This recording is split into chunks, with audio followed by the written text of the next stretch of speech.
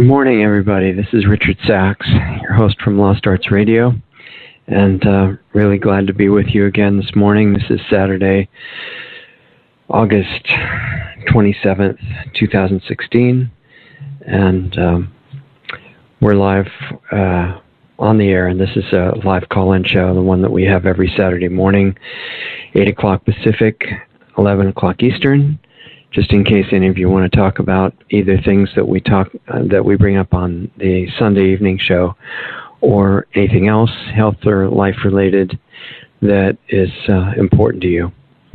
So I just hang around here on Saturday morning in case you want to talk to me or listen to a few things. It's really not supposed to be a long talking show by me. It's supposed to be interaction with you. But there's usually a few things that I like to bring up, and one of those is what we're about to have on the Sunday night show, which is tomorrow, the day after this show.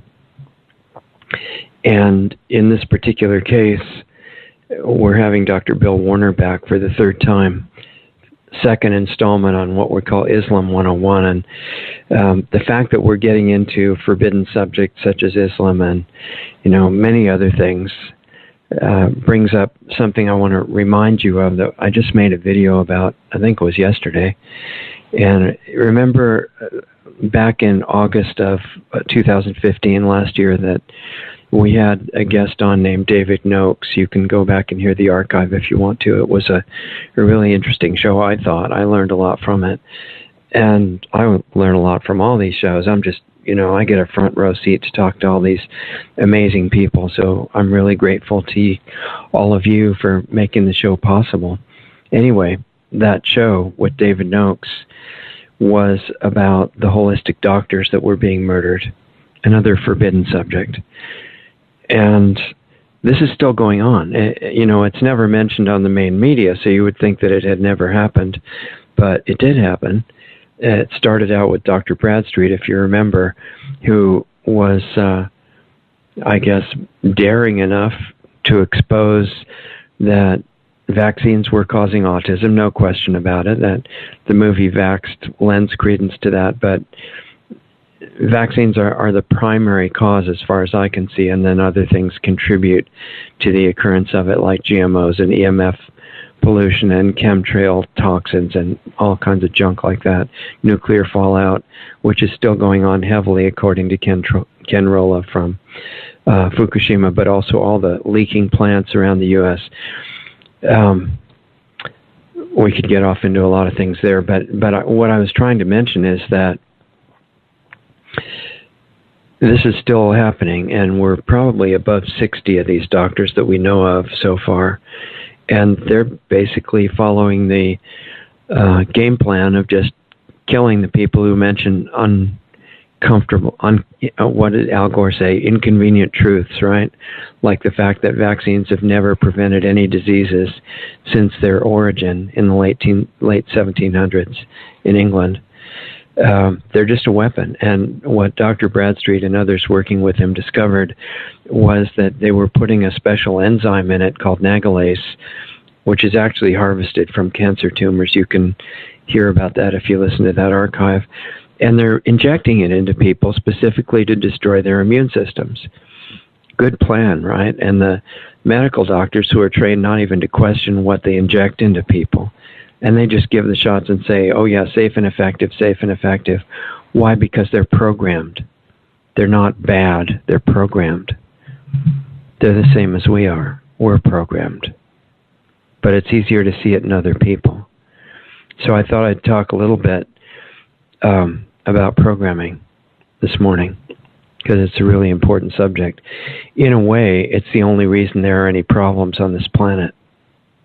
Because if we didn't have the programming, each one of us, we would be in direct contact with reality, which is a really good thing.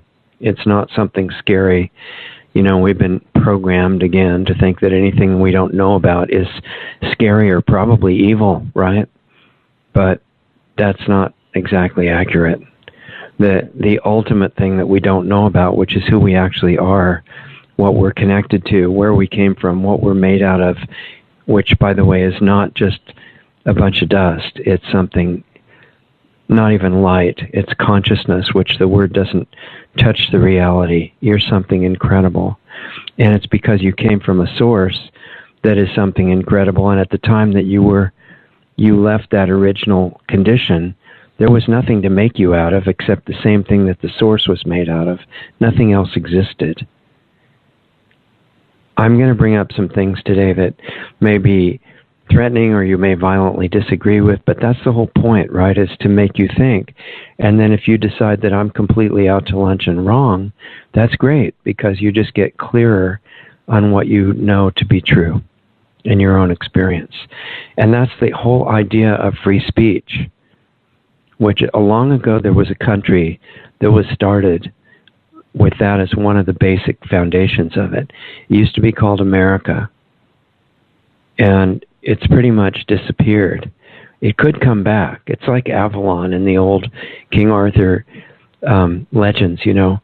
The Mists of Avalon was a really great long book, and kind of a romantic image of this mysterious hidden place that you could not get to unless you were led there.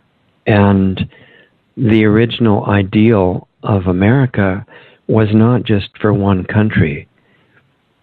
And the founding documents that they put together to try to create a solid basis of that idea for a country, it says right in the documents, these documents don't give you any rights.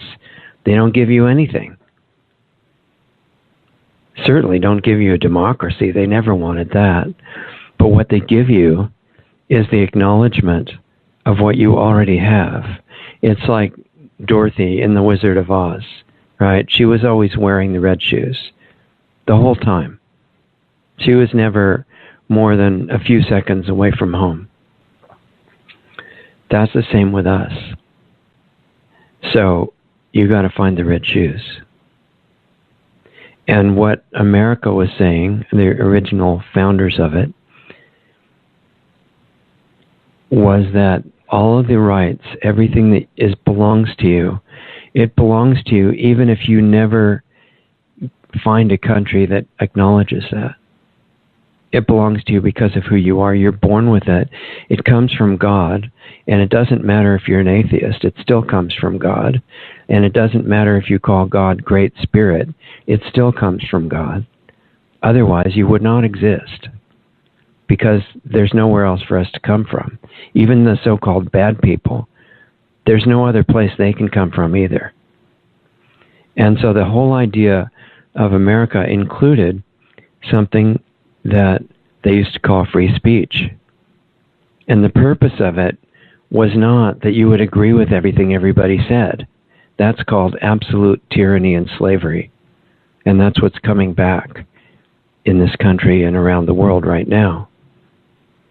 And every kind of tyrant, and it's not just governments, it's all kinds of groups that want you to not look inside yourself or around you to see what's actually happening. They want you to memorize what's acceptable, and everything else is evil. And in fact, you can turn in other people who say the wrong things, and they're starting to arrest people all over Europe, what used to be Europe right now, for saying things that are politically incorrect. And they're going to start that here too. You remember I've recommended that you listen to Alex Jones if you want to hear what I think is the best real news source. There are other really great ones, but they're more limited in scope. And Alex's covers a lot. And we don't know how long that will exist. We don't know how long I'll be on the air, especially with what I have in mind to do. So you need to appreciate what you have in the immediate present. But even if all the sources of news or, free speech disappear, your rights don't change. Even if you're enslaved and your government uncloaks itself and says, okay, yeah, well, we really are for tyranny and extermination, which is what they're after. Even then, your rights didn't change. And what was so neat about the idea of America was that they acknowledged that. And they said that governments, and not just political governments, but any kind of ruling group that wants to tell you what to do, only has the right to do that if you give it to them.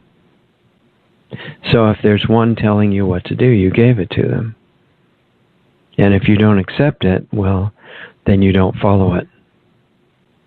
Even if it means having to hide or be careful or strategic, or what the Jews had to do, some of them that were trying to do something to get out of the system in Nazi Germany, and they had all these underground groups trying to help each other escape. And even though people like George Soros are running around trying to turn them in and catch them, and he was Jewish as well, and it's not because he was at the base of it that he was bad, or that he's bad now.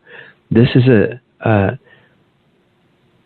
stark reminder of what programming does to a person. And it can do it to you. It's not just the other people. So, tomorrow night, before I forget, I was just going to tell you, I made a video about the response that I want to have for Lost Arts Radio to the growing tyranny, threats, intimidation, murders that are happening, not just with the holistic doctors, but with everything else. And it seems to me that at least as long as we can, we should respond to that by taking it like the guidance of government agencies. Do the opposite of what they tell you absolutely have to do. So, we don't want to be illegal on the show, because then the show is off, and then it doesn't help you at all. But we do want to speak openly and have free speech and be willing to tell you things that maybe all of you disagree with. And I want you to realize that's fine. Because if you think what I say is crazy, that's great. It means you're clear that that's crazy, but what you think over here is what you want to go with and what you feel is true, until you find something even more true. And you keep being devoted to that honesty, and people who say things you don't agree with make it clearer for you, and they're helping you. They don't need to be shut down. They don't need to be arrested. If people want to talk about Nazism being the best thing in America, then they need to be allowed to do that. If Black Lives Matter, which is basically a black KKK, or if the white KKK want to talk about how, they're right, if you shut them down and you don't let them talk, you're no longer a free country.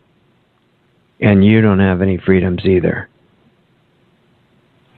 Americans and others need to understand that. So now, that does not mean that you let them blow up cars and shoot police and all these insane things that are like when the KKK used to be lynching black people, and Black Lives Matter wants to shoot police. That's not okay. That's not legal, and that's not your right.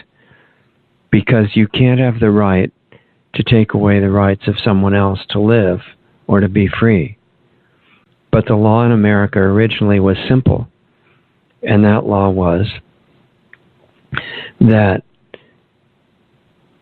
you can live and think and speak and believe anything you want, as long as you respect the rights of everyone else, including the people you think are completely wrong, to have the same freedom.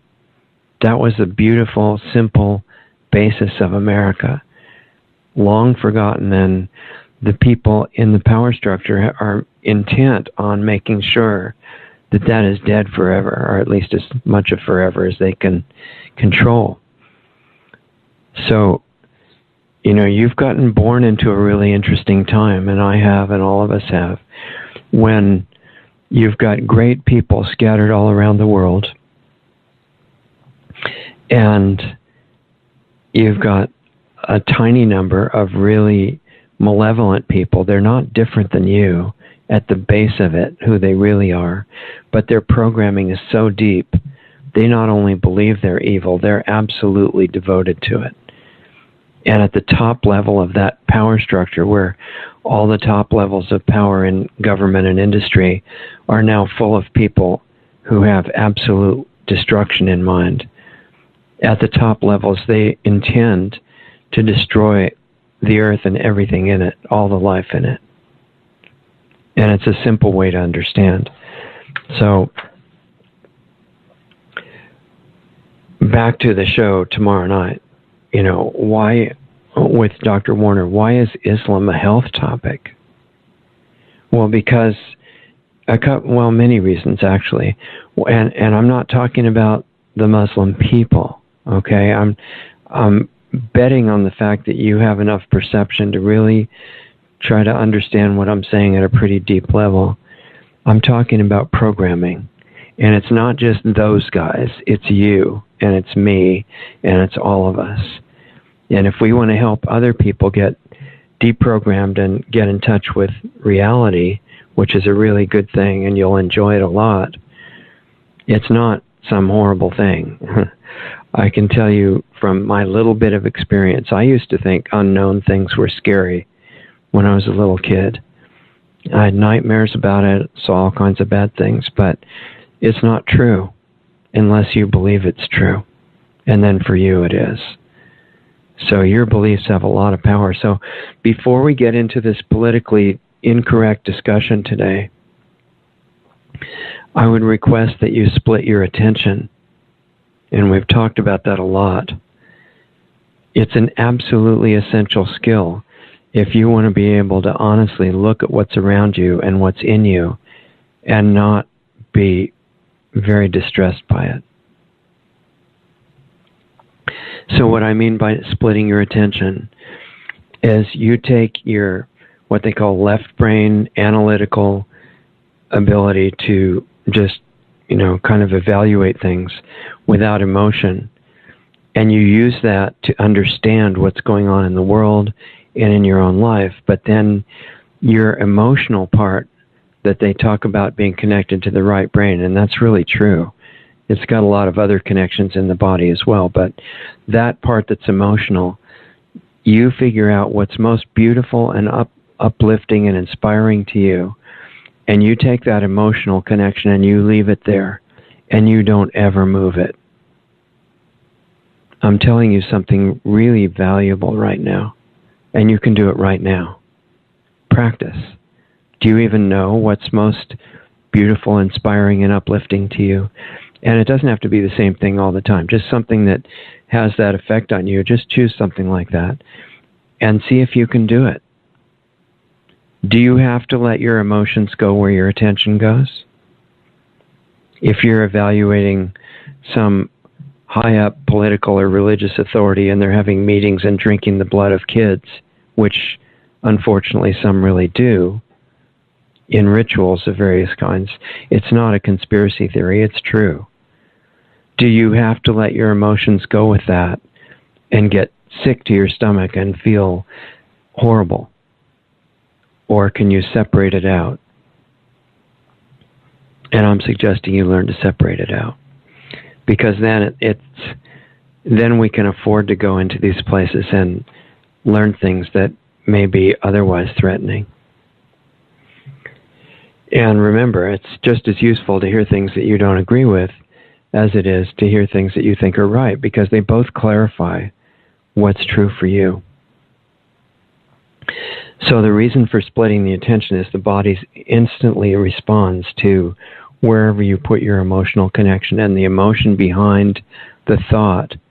You can think of a satanic ritual with no emotion and it won't distress your body.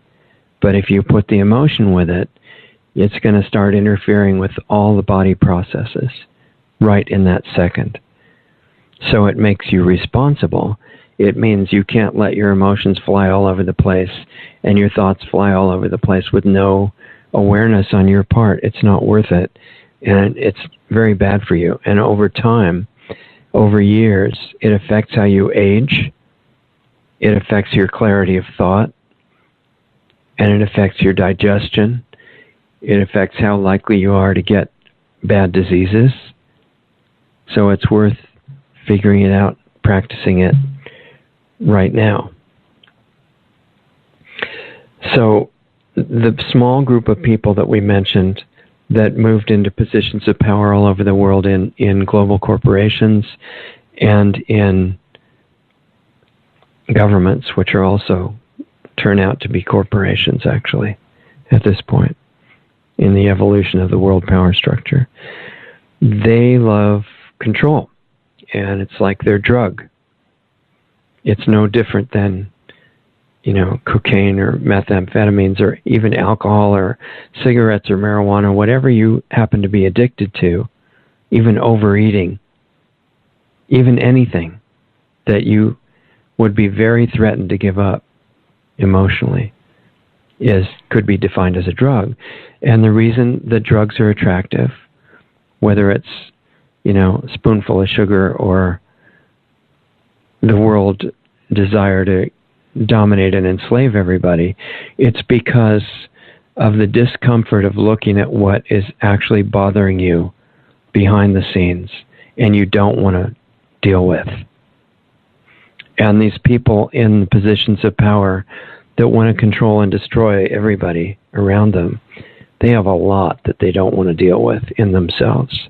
They're so far away from who they really are that they need the most violent, extreme drug they can possibly get their hands on in order to stop this tremendous pressure of all this subconscious garbage that they've piled up over a long period of time that keeps trying to come into their awareness. And in order to keep it out, they need the most powerful drug they can get, and the one they've found is world domination and murder. That's where they're coming from. Now, before you think, oh, those are the bad people and we're the good people, that could be you. If you had gone through what they went through and you were looking through their mind and their senses and their experience, that would be you or me, any of us. It's like Joan Baez's old song, "There but for fortune go you or I." It's absolutely correct. And if you really realize that, you can't be condemning of anybody. It's impossible, because you realize it could be you. And in a way, it is you in another form. And the energy that you send, the emotion that you send, the intent that you send toward those people is, in a deep internal way, the same one that you send to yourself. That's why it's important to understand.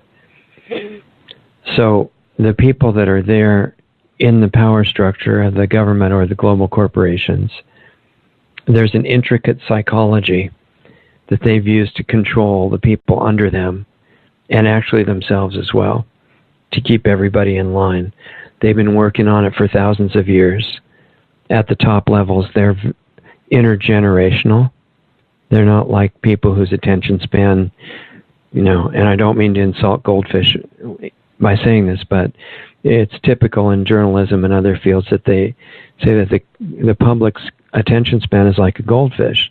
We don't actually know that. I mean, from knowing what a goldfish really is thinking, but Gary Larson would have a very different view of it. But the point is that these people in the top levels of the power structure have a very long-lasting, focused attention. And they know what they want, and they feel like they're in their end game of getting it now. So the psychology varies according to the levels of that pyramid-shaped power structure.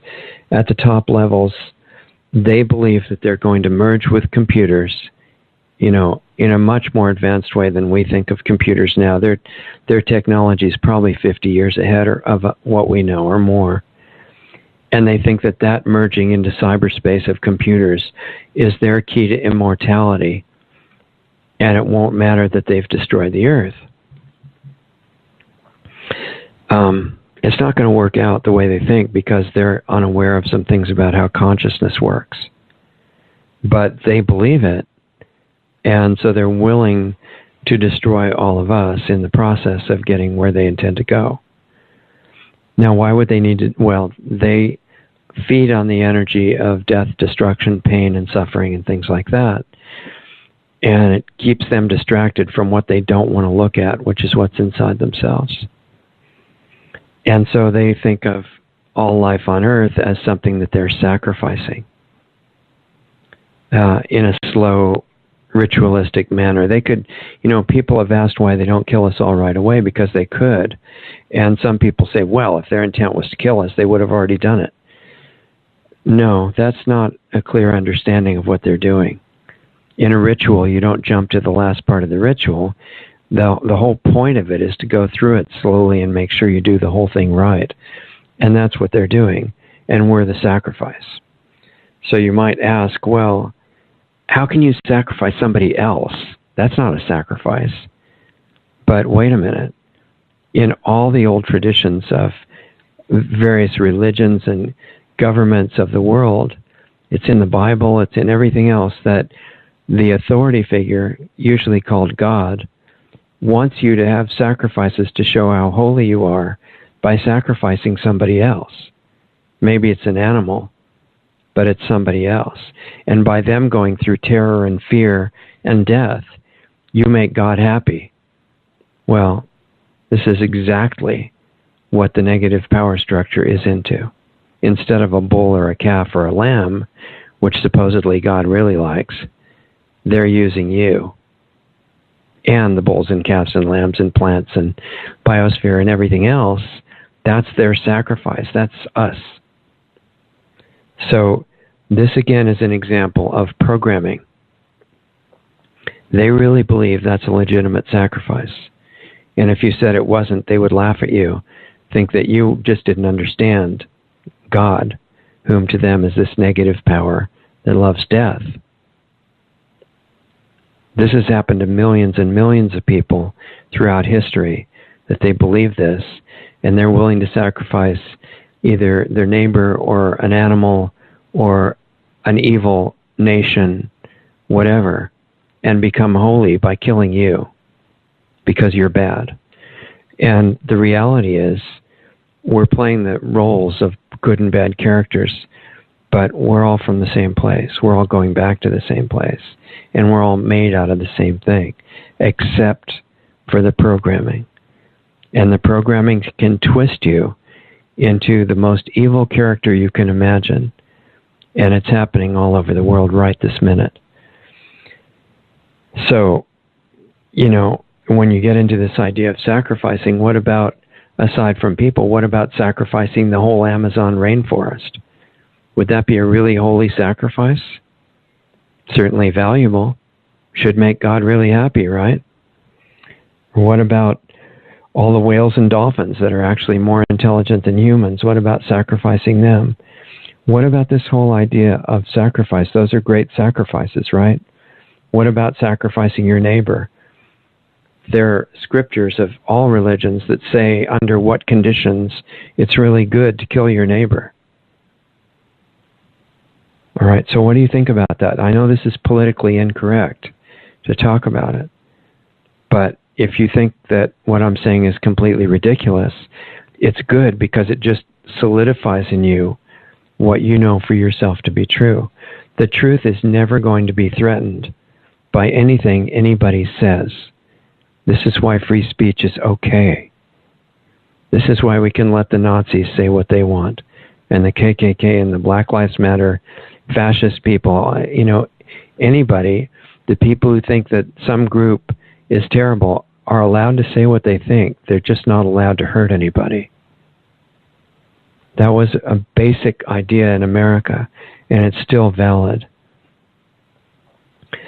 So what's wrong with the picture of sacrificing other people, other animals, the Amazon rainforest, any of those things to show how spiritually wonderful you are and to make God really happy? What's wrong with that? What if it says to do that in your scripture? What if it says to sacrifice the Amazon rainforest? Because after all, there's only a bunch of savages living there anyway, right? What's wrong with that? What's wrong with that if God says to do it? What's wrong with that if Jesus or Muhammad or Buddha or who knows who appears to you and tells you that you have to do mass murder in order to please God? And before you say, oh, I would never do that. Are you sure? Now, the top rulers at the moment are using Islam to help destroy the world. And this has not, I'm not saying that anybody in the Muslim religion is not wonderful. I personally believe they're fantastic people. I have a lot of Muslim friends, and they're great, and they're not going around killing anybody. But there are people within Islam that will, and that are. And they're singling out certain groups: Christians, gay people, people that commit adultery, or even the women, even Muslim women that are victims of rape and things like that. A lot of them have to be killed too. And it's again to make God happy, right? Because God, whom Muhammad happens to call Allah, previously the moon god in Arabia before Islam started, that God has said that all these things have to be done. If you find people committing homosexual acts, you have to kill them. Otherwise, God's going to be very unhappy with you. And it's probably going to send you to hell if you could have done it and you didn't. So there are people who are following Islam, which we're learning about the details of it from Dr. Warner, and I really didn't know in enough clarity before. And they're following what Allah ordered, and what Muhammad ordered on his behalf. And that included making sure that everyone else converts to your religion, or else you have to kill them. Unless in some cases it's okay because they can become kind of 10th class citizens and like slaves, and you can humiliate and dominate them and take half their money and all this stuff. But most of them you just have to kill to make God happy. And I'm using that not just to single out Islam. I'm using it to show you the power of programming.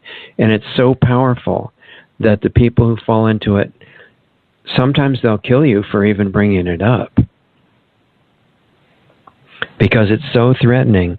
If they let themselves think for a minute that what they've devoted their whole life to might be a mistake, that's intolerable. Most human beings can't afford to look at that stuff. But the future of the planet depends on whether or not we can. If programming is too powerful for us to question, too sacred, we're not going to have a good time in the coming years. Because remember, the real source of our life that people call God, or Spirit, or Great Spirit, or the Source, or whatever they call it, if it's real, which in my experience it absolutely is real, and beyond any sense of time, and it's beyond any wonderful adjectives we could assign to it. I mean, the best we can do is call it unconditional, unlimited love, consciousness, light, these things that come out of it. But what those things all come from, there's no words that can encompass it at all. All the great spiritual teachers have pointed to it, but they've all realized and sometimes said that the words don't touch it. They just give clues. And the reason I'm talking about it is that reality is not ever going to be threatened by anything that you or I or anybody else can come up with. The mass murderers, anybody that is highly programmed and is willing to kill you for it, they're no threat to that reality. They're only a threat to themselves and us. Even if this planet dies, that reality is untouched. Unlimited other planets can be created in an instant. And there are other frequencies, there are other universes beyond radio telescopes or anything that people imagine here that are physical. Some of them not even like this one, and there are other frequencies of existence that are elsewhere on the electromagnetic spectrum and other spectra. And they all came out of the same source. And they can be recreated and they can disappear, and the source is not threatened.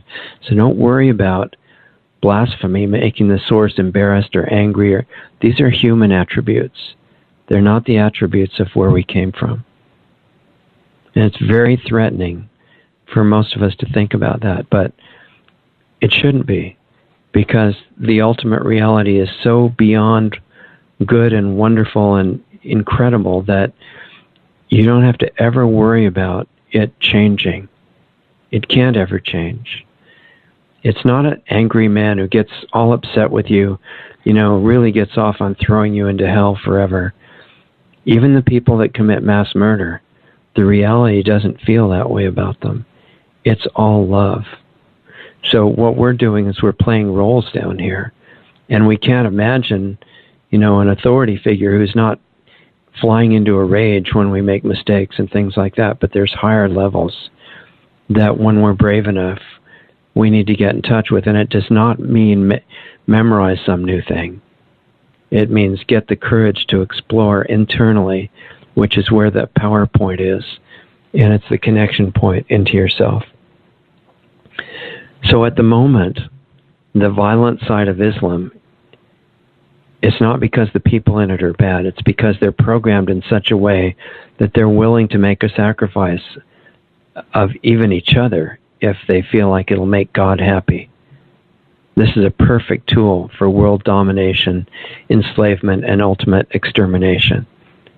So they're being funded by our rulers, including the U.S. government, and armed, and the governments are working together under coordinated attack against us to make sure that if you criticize that or even talk about it, in Europe now they're starting to arrest you. Remember this thing we talked about called free speech? That's not free speech. And they're planning to do it here. And they're planning to go after anybody that publicly talks about any of these things. And this is connected to the deaths of the holistic doctors. Because the holistic doctors told the truth. Dr. Gonzalez demonstrated curing cancer. He didn't even do it the way I talk about. He had people sometimes eating meat, but it was always organic, fresh. And even though humans are not designed to ever eat meat, which they're not, the improvement in their lifestyle that he gave them cured the cancer. And you're not allowed to say cured anymore either. And I'm not a doctor. I'm not giving medical advice or anything like that. I'm just a regular old person with a bunch of, silly ideas that I'm sharing with you to encourage free speech. But he demonstrated that, so he got killed. And they said, oh, well, he just had a heart attack. Well, no, he actually had an autopsy. Not like the government officials and Supreme Court guys that they kill and say, oh, it's all fine, no autopsy, it was natural causes. With Dr. Gonzalez, they had the autopsy, and his heart was completely fine. He was probably assassinated by a frequency weapon or a projectile of some kind that was very tiny, or an ice dart, which disappears when you're shot with it. There's so many reasons, to be intimidated by the power structure right now.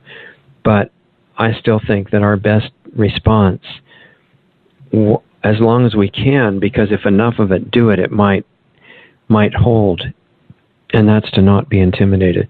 Don't be stupid, but like Mel Gibson's character told the American rebels in The Patriot, which is very violent, but it's a pretty good movie.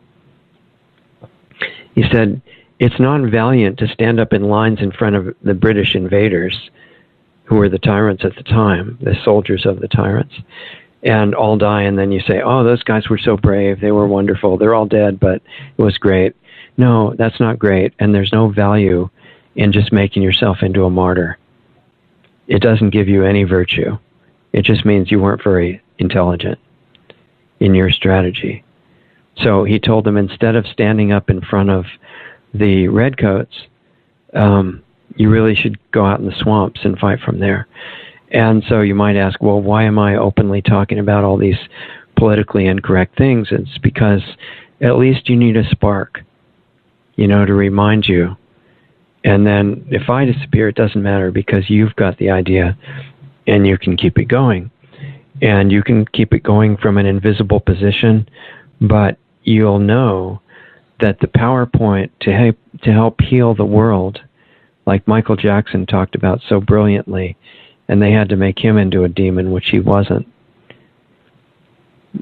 There's a place in your own heart that is the place of power for doing that, and it's so powerful that even if you never say anything, you can still do it, because the real communication that's going on between all of us is not the words. It's the energy behind the words.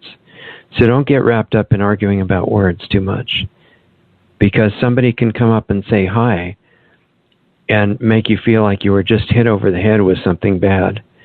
And the other person can come up and say hi, and you just feel like they're telling you they love you.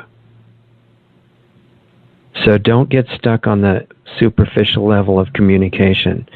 The words are just words except for the energy they carry. And depending on what the person puts into them, which can only be what's inside them, by the way, you can't put energy into your words from something that you don't contain. And when you send out the energy that you have to try to make a contribution to the world, it can be in words or it can be silent, and it doesn't matter. The powerful words are powerful not because of what words they chose. Somebody can make up gibberish, and it can have the same power in it if they have the focus, and they've gotten clear enough inside themselves to do that. I'm giving you things you can work on. Even if this is my last show, or even if I disappear or for whatever reason, these are things you can work with. So I hope you're listening at a level deeper than the words. Now, the top rulers using Islam, but also other things, for their ritual of destruction, which we're going through right now, it makes it really easy to understand, if they're after destruction of all life on Earth, which they are, it makes it easy to understand chemtrails, EMF, pollution, fluoride, chemical fertilizers, which are what leads to pesticides, the GMOs, the drugs, the vaccines, which have never prevented a disease. They only hurt people. Nuclear power, which was always completely maliciously insane. It's not brilliant at all. War, television, programming, most of the Hollywood stuff, the so-called educational system that makes sure nobody can think, the fake science and all that. It's easy to understand it in spite of the complexity of how all those things fit together, because it's all part of the ongoing ritual, which is supposed to lead with a big sacrifice, right? Just like God being really happy because you kill some cow. Well, the cow is us. And the reason they don't kill us quickly is because the sacrifice has a protocol. It's a ritual, and that's what's going through. But that's good because it gives you time to wake up and decide you don't want to be in the sacrifice. And that's not actually enough. You also have to remember, as the cow, you're not paralyzed. You can jump out of the sacrifice arena. Not just physically, but mostly in consciousness.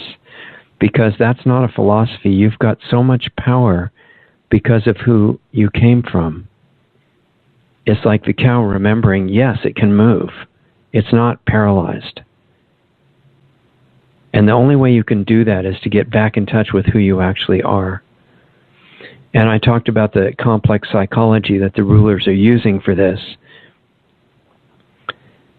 The top people know that they're doing the sacrifice and that we're the sacrificial offering. Simple and clear. And they're pleasing their God. But the people down below them who are helping carrying out the sacrifice, because they couldn't sacrifice billions of people and all the animals and all the plants and the whole biosphere without a lot of help. Right? I mean, if there's a few thousand people on the top level, they can't run around and kill everybody. But with a devoted crew helping them, they can. And the reason those people help them is they're programmed. And they don't believe they're sacrificing us. They believe that, most of them believe they're working for our benefit. Most of the people working for the vaccine companies, for example, even though there is no virtue in vaccines at all that I've been able to find, and I've looked for years, they believe they're helping you stay immune from disease. I've talked to people in government, and they just recite what they've memorized, and they think they learned it, but they really memorized it. And in all these things, what matters is applying it to yourself.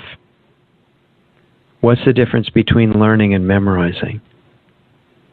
It's got something to do with experience and trying something out in real life and being open to constantly improving it. It's like real science. It's never settled. The GMO people, the biotech people say the science is settled. GMOs will save the world from starvation. The vaccine people say the science is settled. Vaccines are the most wonderful, high point in modern medical science that we've ever heard of or could ever imagine. But they assume that you don't know because they don't know. Science in its real form, which is a wonderful exploring tool, it can't be settled. It's always finding out that it's wrong. And it's not that it was bad, it's just that it gets deeper and deeper perception and hopefully closer to what's actually true. That's not just science, that's any exploration. And in the end, real science merges with real spiritual exploration and finds out that they're the same thing. And that's just because all they are is looking for what's true. It doesn't matter, what part of that search you're in or what tools you're having to use at the moment. If you're devoted to finding out what's true, not defending what you think now, because you have a deep intuitive faith that what's true is going to turn out to be incredibly great, permanent, wonderful, all love, which, as far as I can tell in my early stages of discovery like yours, I think it's absolutely true. So you don't have to worry about exploring. You have to be free to explore, and the science is never settled. Whether it's so-called science or so-called spiritual, it's the same. It's, are you really dedicated to finding the truth, no matter what you find out that it is?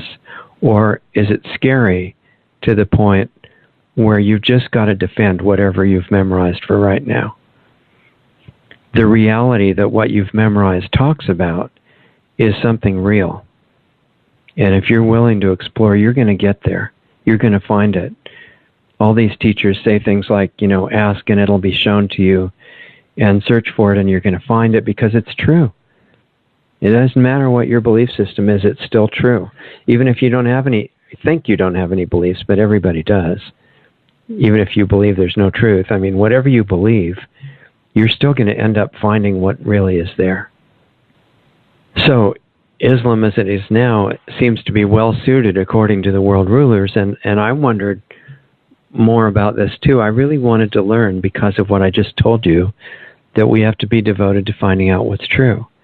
And so I looked for leaders in Islam who are willing to come on the show publicly and tell us about all this stuff. And not one of them was brave enough to do that, and I understand now, because one of the things really taught by Muhammad on behalf of Allah is that if you say anything, even if it's true, and it sheds a bad light on Islam, you may have to be killed, and you're probably going to hell. So who's going to want that? Once you've memorized that Islam is true, you really would prefer not to go to hell or be killed, unless you get killed serving Allah, such as blowing yourself up so that you kill a lot of unbelievers. That's a really direct way to go to paradise, which is the goal of Islam as far as what I've been able to see, and I've read a lot. And with Dr. Warner's help, it's been very enlightening. What he did, I just want to mention it so that you can try to hear the show tomorrow night, or the archive of it at least, is that he took the three main scriptures of Islam, and I didn't even know the other two. I just knew I had read the Quran, trying to understand everything it said. The others are the Sirah and the Hadith, which means the life of Muhammad, who was the perfect Muslim, servant of God, and the Hadith, which was everything Muhammad did in his life, all the details, because you're supposed to live as closely as you can copying the perfect servant of God, which was Muhammad. And it's really hard to understand initially in the scriptures. They're very long. There's a lot of repetition. The Quran has been intentionally, by one of the caliphs, cut up. The chapters were cut up, separated, and rearranged, shortest to longest, so the time scale is totally obliterated. It's really hard to follow. Most Muslims I've talked to have not read all these things at all. They've just memorized that they're all true. So Dr. Warner, who was just a scientist who was not pro or con any particular religion at all, he still isn't, is that he was good at organizing and analyzing, and he took those chapters, put them back into chronological order so they could be understood, took out the repetition where the same thing is just said over and over again, and made references in his books to every single one of the original verses, and it's just totally amazing. It makes it clear. And you can see Muhammad's life, which I recommend everyone should learn all about Muhammad's life, because there is over 1 billion people looking at that as the ideal model of how you need to live. So to be oblivious of how Muhammad lived is not brilliant. It doesn't matter if you're a Muslim or not. You should know about Muhammad's life. And you should know about the caliphs that came after him. You should know the history of Islam after that.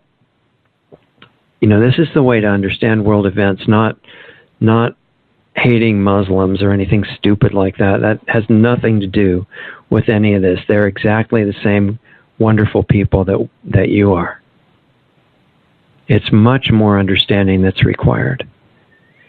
So you need to read about Muhammad's life, and you need to read about what's called the traditions of Muhammad. Dr. Warner's books are great, and they're all referenced directly to the original text. I highly recommend them. And I'm not getting paid to say that or making any money. Not that that would be evil, but I'm not. There's no money. It's just, they're great books. I've read them all. And they're on his site, which is politicalislam.com. And it's because Dr. Warner feels like there's two parts of Islam. There's the religious part, like how to pray correctly, and there's the political part, like killing everybody who doesn't convert to Islam, or at least supporting it. And I disagree with Dr. Warner here. I think that it's all the religious part, because nobody is going to be willing to go die in battle, or jihad as they call it, for the sake of Allah and Islam, unless they're getting something really good, not a raise, because if you're dead, you don't get a raise, right? Or a promotion or a status or something. So what they get is they go to paradise, because if you go into battle, and this started right during Muhammad's life, he sent people into battle to kill the non-Muslims, because Allah really likes that. Allah really likes that. Sorry, my pronunciation's bad. So it's a religion of war and conquest, and making sure that Allah is happy, because there's nobody left on earth except for Muslims and maybe some of their slaves and dhimmis, who are like, you know, they're the people that they control. So you need to learn about that, but it's an example of the programming. It is absolutely not the fault of the Muslim people at all for being programmed and afraid, because we are too. And if you can't see it in yourself, you're not looking hard enough. If you become self-aware and you're in any kind of belief system, whether it's religious or otherwise, you're going to be courageous enough to look, because you know internally that the reality is never threatened. So you lose your fear of hell.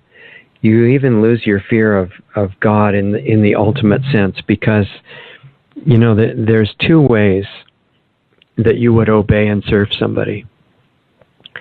Not just God, but your parents, your friend, your neighbor, your military officer, whatever. There's two reasons to obey.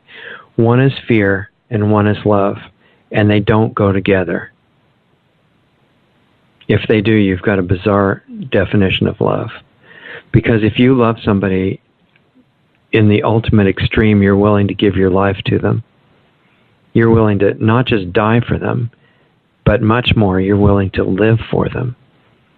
And if that's how you feel about God or spirit or whatever you call the ultimate reality, where's the need for fear? If you need fear to obey somebody, you're worried that you really will want to disobey them, and you feel, like getting away from them at some level. And maybe you blame that on some bad part of your personality or programming or whatever.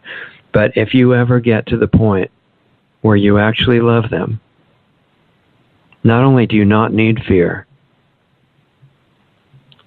it just doesn't come into your mind. You love them with all your heart, spirit, and everything else. And people have said to love your neighbor the same way. And if you do, you're not afraid of them. You would never be afraid of them. I know this is politically incorrect, and as I said before, it's okay if you think what I'm saying is completely stupid. That's great, because it clarifies for you that love and fear are both necessary and everything that comes from that. But I'm suggesting looking at the idea that once you get to a certain level of love, you don't just not need fear. It doesn't exist. It's kind of similar to what we talked about when you go on a really hard diet, and you're doing it by willpower. But there's the same kind of love that you're devoted to somebody that you follow. You can project that not in a worshipful sense, but in a complete giving sense of overflowing appreciation and wishing well. You can give that to your body like it was a small child that you're taking care of. The minute you do that, instead of being judgmental and harsh, no more willpower needed. It's not even an issue. Like the fear goes away when you get love, and you can follow whatever is God to you without any problem. Out of love, you can follow a diet that you decide is best for your body as you gradually upgrade it. It's not like the science is settled. It's like, this is what I need to do today, and I'll keep working on that. But you don't need willpower. It takes all the stress away, and it reminds you that stress is not what's around you. It's not the circumstances. It's not difficult people. It's your reaction to them. And that's voluntary, which we're not supposed to know. And if all your emotional reactions and where you put your thoughts and your attention are voluntary, you have unlimited power. You can be programmed for destruction, or you can have the power to help heal the world, as Michael Jackson was trying to encourage people to rediscover. So the Muslims that I know in America, they're incredibly great people. I find them inspirational, way beyond me in a lot of ways in what they've achieved, and they're wonderful support groups in their societies and treating me like family. I mean, just incredible. Most of them that I've talked to don't even know in detail what's in the 3 scriptures. They consider the violent people in that religion to be fanatics and extremists. They're not really clear in most cases that those people, the ones who are committing mass murder and throwing the Christians and the gays off roofs and things like that, they're following exactly what the Quran and the other 2 scriptures say you have to do. They're not just crazy. They are absolutely devoted to their religion, and they're following it. So what's held out to them is going to paradise, and the way paradise is described is it's like a really nice version of Earth where you just get to lie around all the time and eat nice things and have lots of sex and do stuff like that. That's the version of paradise that was taught. But the reality is something that would make that look like nothing, and they don't realize it, and it's not their fault. So the point of all this is not thinking, oh, these people in one religion or another are so dumb, they're just totally programmed. That if you think that, you're missing the entire point. The point is to have respect for how deep programming can be, and that you're not immune from it. It could turn you into Jack the Ripper, and if you don't think so, be careful because you may find out. So in order not to find out, because that's not fun, look at, honestly look at how you're programmed now, and look at the courage that it would take to deprogram yourself and have faith that the reality that you'll find is something wonderful, not scary, not threatening. And in the Bible that we have now, it talks about the speck in your neighbor's eye and the beam in your own eye. That's exactly what I'm talking about. Like we're looking really hard all the time at how we can correct somebody. If you look honestly, you're probably doing it right this minute. But instead of that, in the Bible it talks about Jesus saying, instead of doing that, there's probably this log or this beam in your own eye, and you don't even see that, and there's this microscopic speck in the other person's eye, and you're going to correct them and tell them what's really the right way to think. And we're doing that pretty much almost all the time. And you get closer to your point of power and clarity if you can turn that on yourself. Because you're just going to get closer to what's real. So what's that source? What is it really? Is it some really angry man that's going to throw lightning bolts at you and really get into punishing you forever because you were so bad? Is that the ultimate reality? Or is it something beyond words that is where all unconditional love comes from? And as you get more familiar with who you are, and you start giving unconditional love to yourself, your idea of what God must be changes. As long as you're very harsh and condemning of yourself, then it's kind of automatic to think that's what God is thinking of you as well. But when you learn this incredible power of this little change of perspective, and you start loving yourself, which doesn't mean like sitting there like Pepe Le Pew, in the cartoons, being in love with whoever he's after at the moment with all these hearts going up, you're all enamored of somebody. I'm not talking about that. I'm talking about love where you just unconditionally give something to somebody because you just really want them to be happy. And you want, not just momentarily, you want their life to be wonderful. And you don't have an ulterior motive. It's because you're loving them. It's not because they deserve it. Or with yourself, it's not because you deserve it. It's not because you didn't make mistakes. It's because the secret is you give the love to the people that don't deserve it, which is everybody. And you don't put any conditions on it. And you cannot do that unless you give it to yourself. And that becomes easier if you're not distracted with physical distress, illness, degenerative disease, so-called old age. That's the ultimate, ulterior motive for all this health stuff and trying to tell you about the laws of nature and how to learn about them and apply them. It's not only to stop suffering physically. It's because once you do, although you shouldn't wait for that, for exploration on these other levels, but it's going to get easier to break through programming once you're not physically in pain. But if you are in pain, don't wait, because we don't know if we have one more day in our life. Work on deprogramming yourself now anyway.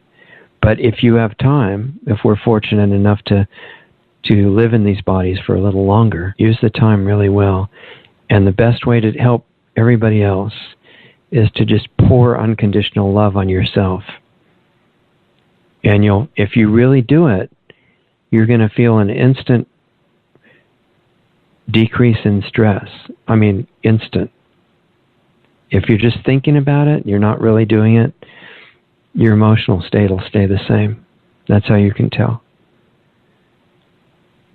So the more unlimited, unconditional love you can give to yourself, immediately that becomes your ability with other people.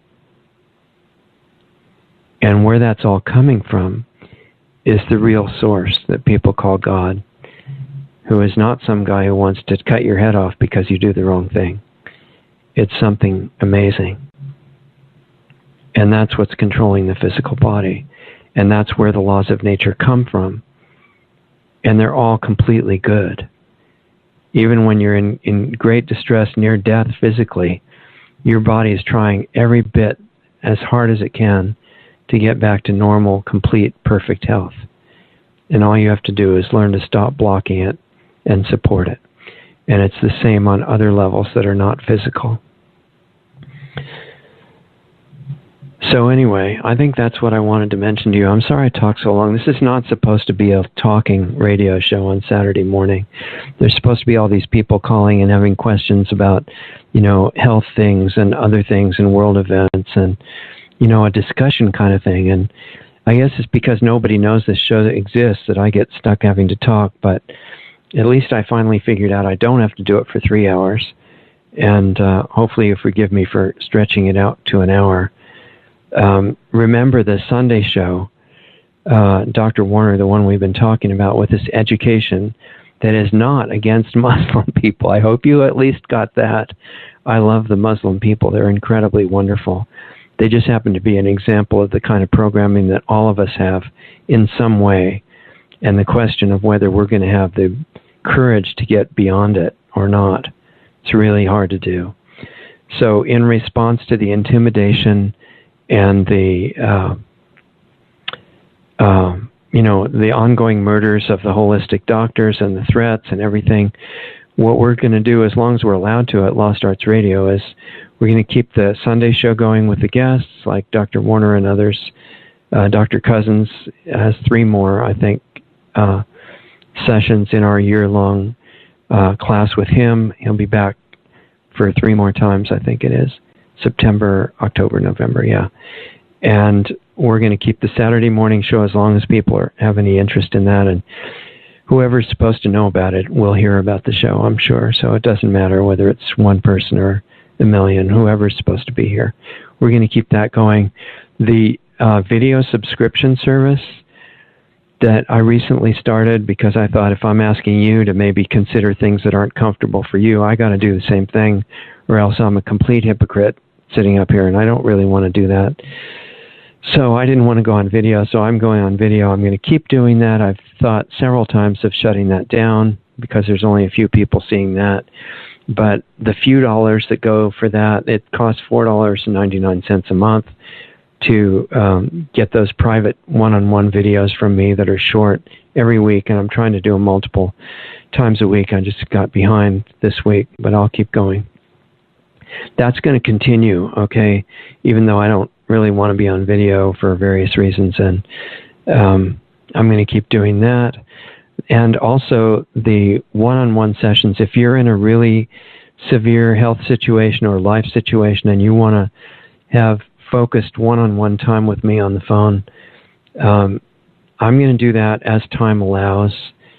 Even if you're dying of cancer or whatever, I'm not going to give you medical advice. I will not fall into that trap. But I will share with you everything I know that's relevant and hope that you can use it, okay? And you don't have only the option of getting the usual approach, which we know what that's like. It kills a lot of people. 1 million a year in the U.S. are currently being killed by the medical system. It's not a stellar record, except in a negative way.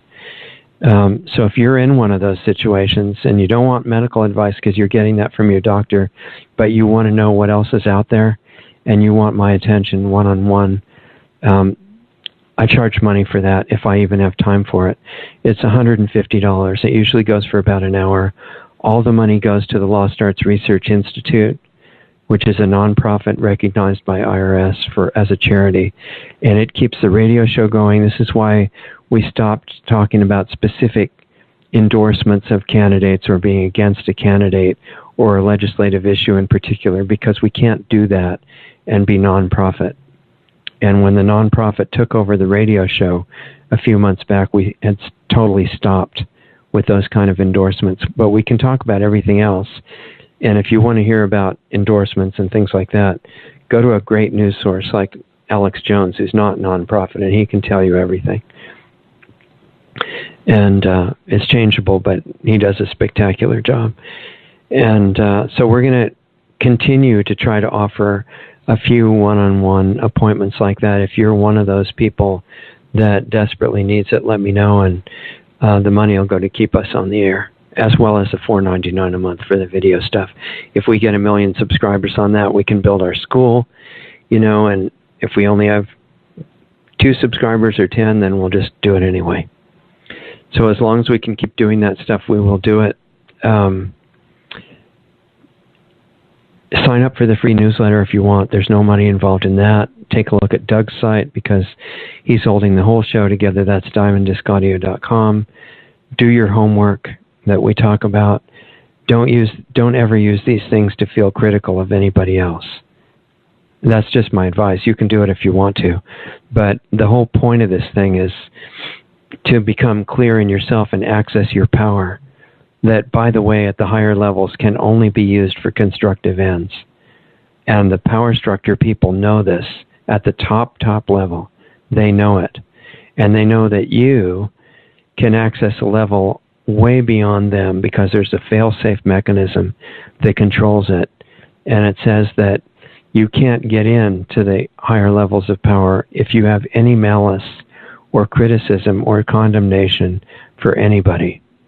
It doesn't mean you don't understand that certain actions are wrong and destructive, but it means you don't wish anyone harm. And even if you had to defend your life or your family with lethal force, you wouldn't do it out of hatred or wishing ill for anybody.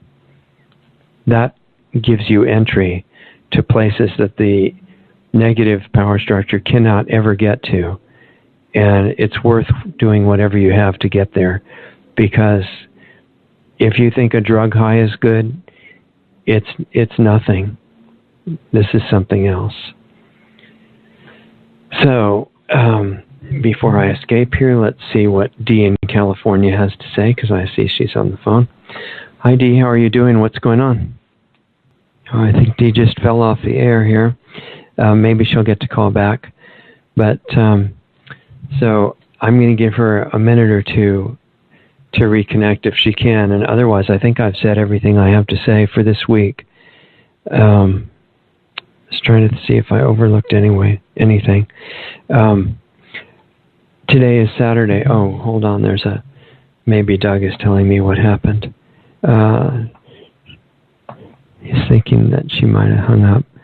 Let's see if it works this time. Hi, Dee, are you there this time? Sorry, yeah, I'm back. You disappeared. I was trying to push the on button and I boo-booed it. Yeah, that's okay. So what's going on? How are you doing? I'm good. I just loved the show today and didn't want to let you go because it's neat what you're talking about. And I wanted to say that this week has been really interesting for me. I don't know, I had this little inclination to finish watching the Prisoner series on YouTube, which I had started quite a while ago, and I hadn't finished it. So I was finishing it, and I was listening to the symbology about it as discussed by Patrick McGowan, and it was very interesting because he was always trying to figure out who number 1 was. He was always meeting up with number 2, and he was number 6, and who was number 1 was this big question. And in the end, that was what the finale of the series was about, him trying to discover finally be revealed who this number 1 was. Okay. And so when he was talking about that on his interview, it was just amazing.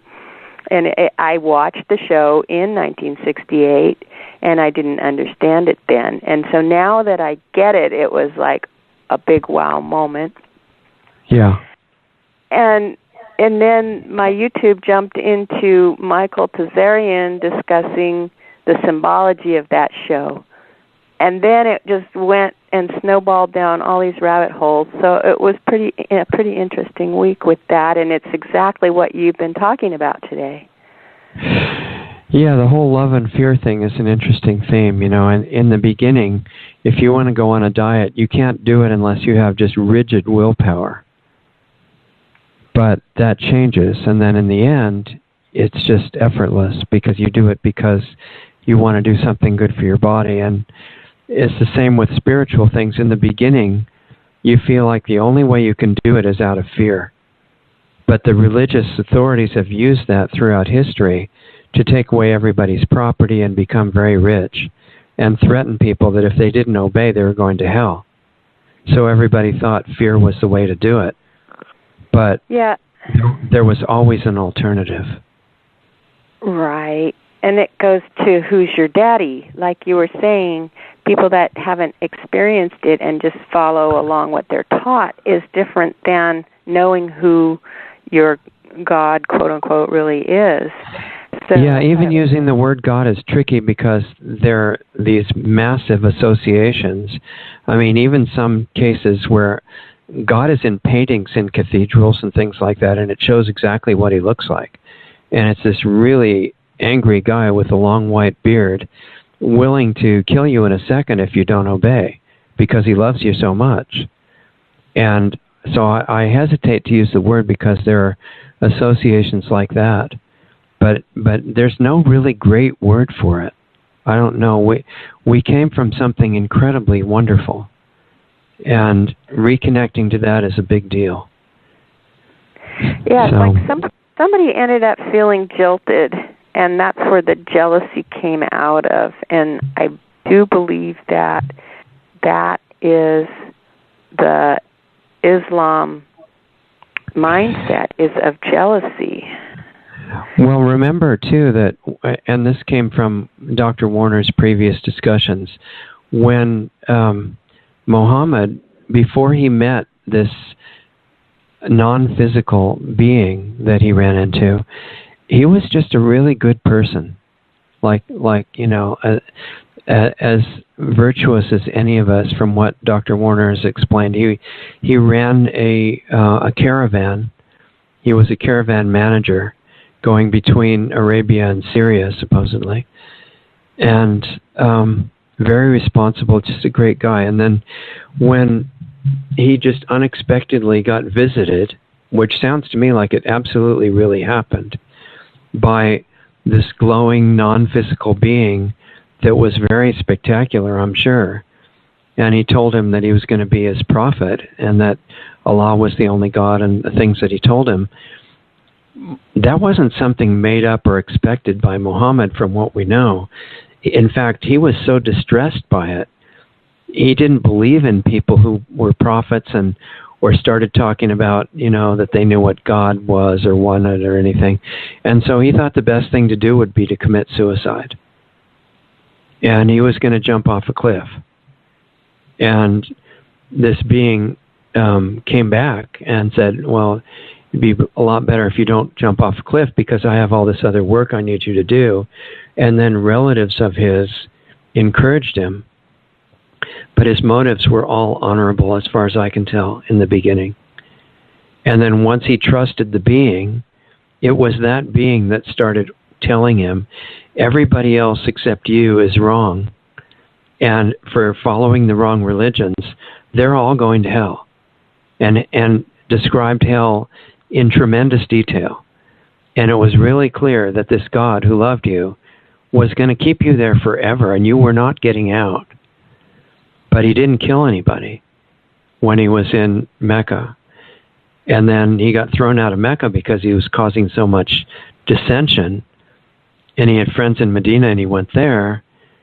And then pretty soon the angel or whoever it was started telling him, you know, these people who don't agree with you and convert, you really do have to kill them.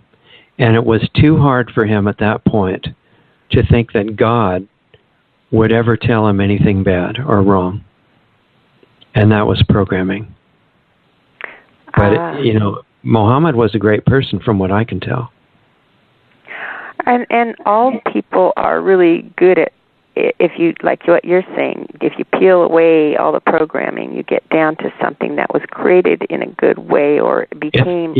It's pure spirit. It's not a body, and it's not your mind, and it's not your programs. It's not even your beliefs. It's you. Right. And there's a good light, deceptive light problem here, because we can deceive ourselves just as much as be deceived. Well, yeah, we're pretty much the only people that can deceive ourselves, actually. The other people can just encourage it if they want to. Right. But if you don't go along with it, you're never fooled by anything.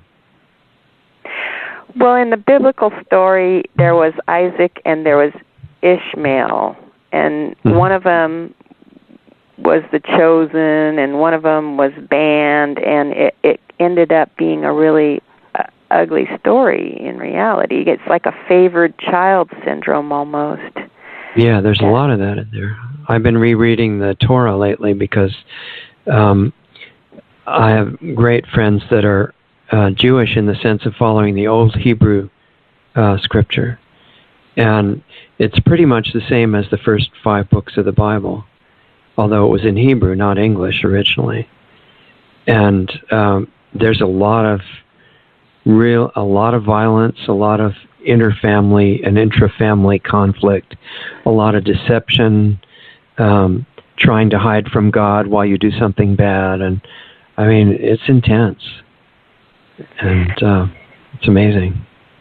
Yeah, and so I think a lot of the jealousy, like supposedly this Luciferian versus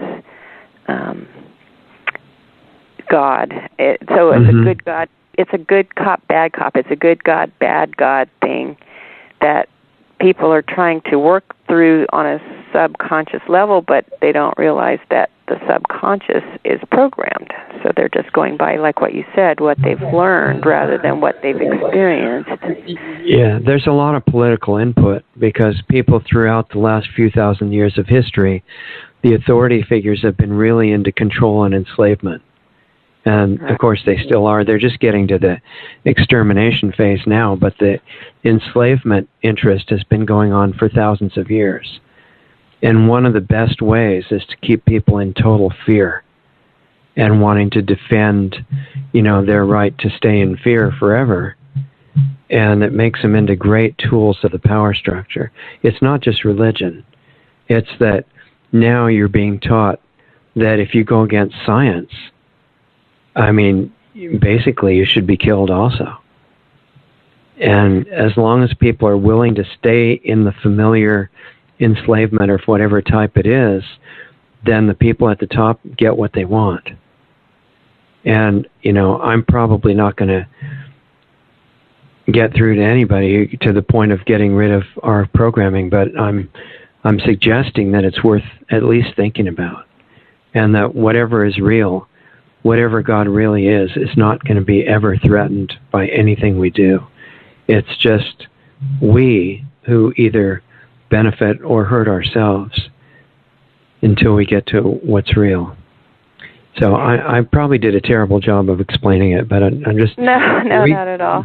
The reason that I'm trying to even talk about it, even though nobody wants this talked about, is that if people break out of their programming, there's a chance we don't have to have life on Earth destroyed. And I would really prefer that to not happen.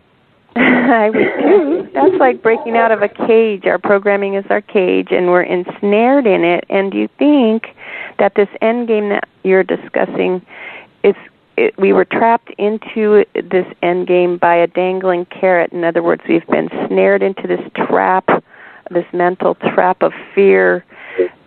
There's the carrot and the stick are both there. Because if you look at Islam, which is one example, the carrot is paradise where you get to eat grapes all day and have sex and, live near rivers and it's perfect weather and all this stuff, and it goes on forever.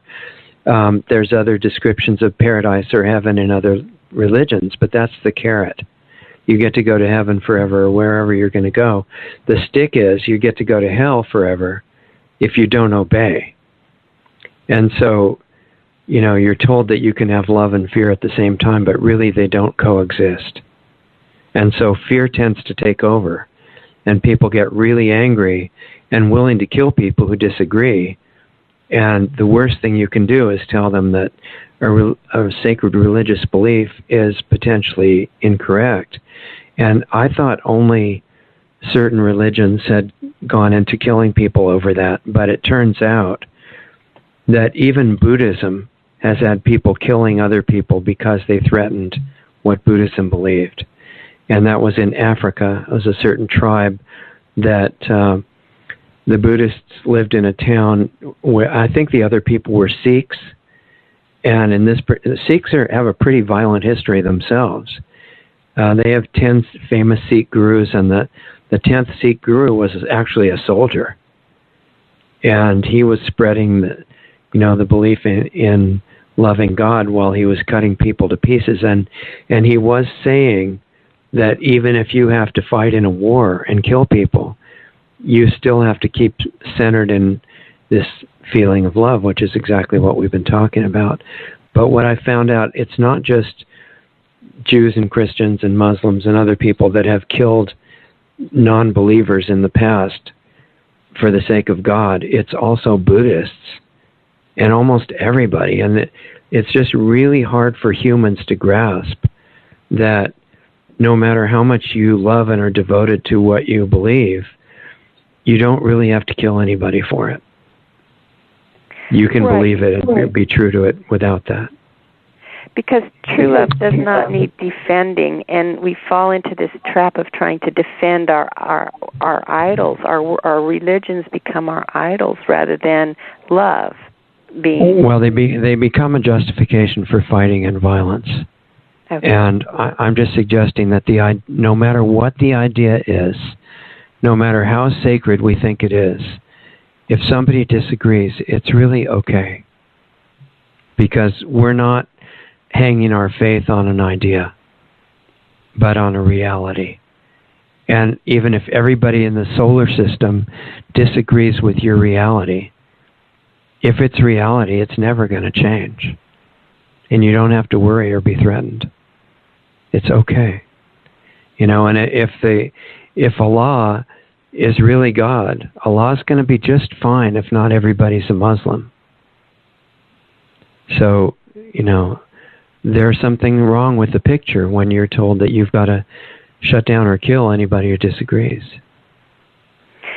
Certain laws, and I think we'll probably be seeing more and more of them. One man's laws put upon another isn't necessarily what you're talking about as natural law. It's man's law. It's man-made law that is a little bit tipped or not completely. Yeah. Natural law you can always follow without hurting anybody. Right. It's what you do to yourself, So the laxness that we've seen with the gay liberation and whatnot, it's like a pendulum, and it's going to swing, or it is swinging the other direction, where it's going to be more of a lockdown situation.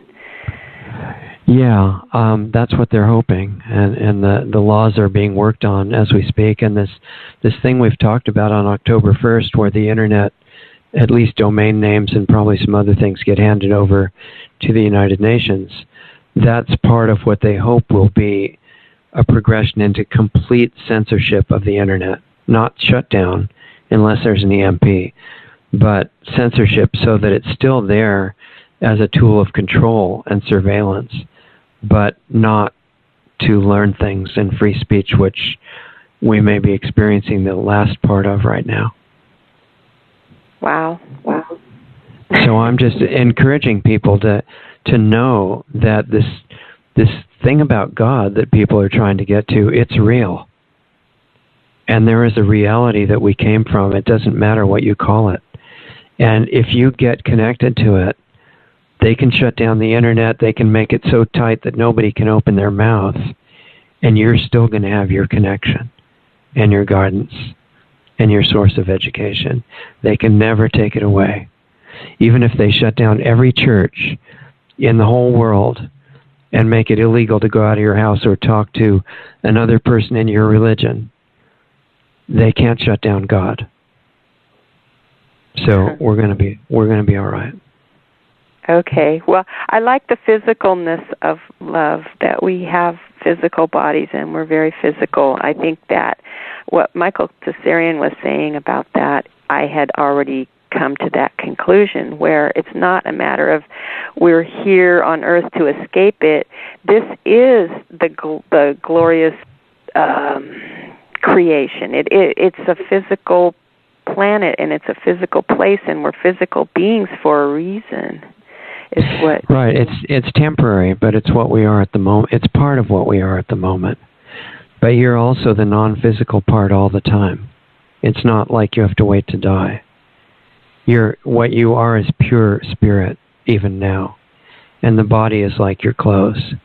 And it's just that when we were inside your mother, and it's like weaving the energy currents of your consciousness into physical atoms. And by the time you come out and get born, you're so woven together that you think that's all you are. But it never was. It's like living clothes that you're so identified with. You're tied to the nerves, you feel everything in it, but it's still your clothes. Okay, well, I'm trying to figure out the coming into versus coming out of, and I think it's all balanced where it's really both. Coming out of what? Well, physicalness, I guess, and some people's whole thing is to go to this paradise that's not a real physical place, and I'm thinking we are there already in this wonderful physical place.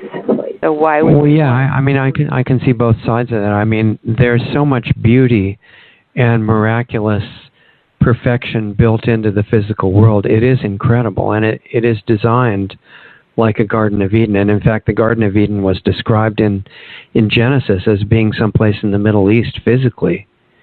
But the earth is still like that. It doesn't mean that nothing beyond the physical exists. Because compared to the things that are higher frequencies than the physical, this is the very, very beginning. There really are places like heavens and hells that are not physical. They exist. People have seen them and come back. So it doesn't take away from the importance of the physical life to know that other things are real. Right. It's not that there's nothing else but this. It's just this is part of everything, just like everything else.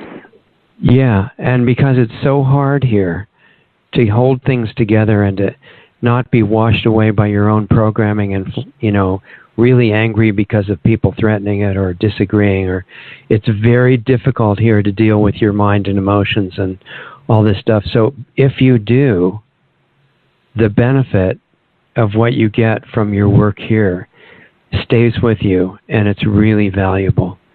So every second that you've got in a physical body, there's some tremendous benefit that you could get out of it by being connected to yourself and still in the physical body. Exactly. I'm trying to look at this as a womb of learning. In other words, it's an experiential place to understand who we are and why we are and what love is and what evil is, and trying to figure out, because we have free choice.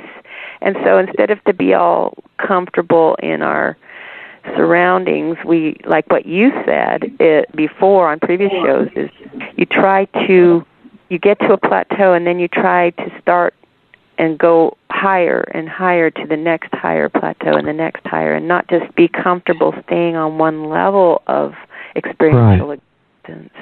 Yeah, you use your time better if you don't stay on the plateau, and you just recalibrate your own orientation and think, oh, I'm at 0 right now. I'm in nursery school.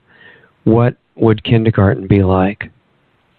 Whereas if you think that you're in graduate school, you're probably going to just stay there for a while because you've already learned the lessons and everything. Or it's like chutes and ladders and you slide back down. Yeah, and you can do that as many times as necessary to learn a lesson and say, oh my God, I fell for that. And it's okay because you're a permanent being. You've got as much time as it takes. And it takes repetition sometimes to drive the point home. So we do. Yeah, all the time, basically. I mean, I know in my case, I'm probably one of the slowest learners around, and I've been determined to make the same mistake over and over and over and over, even when I'm told directly what it is. So I suspect that's fairly common. Right.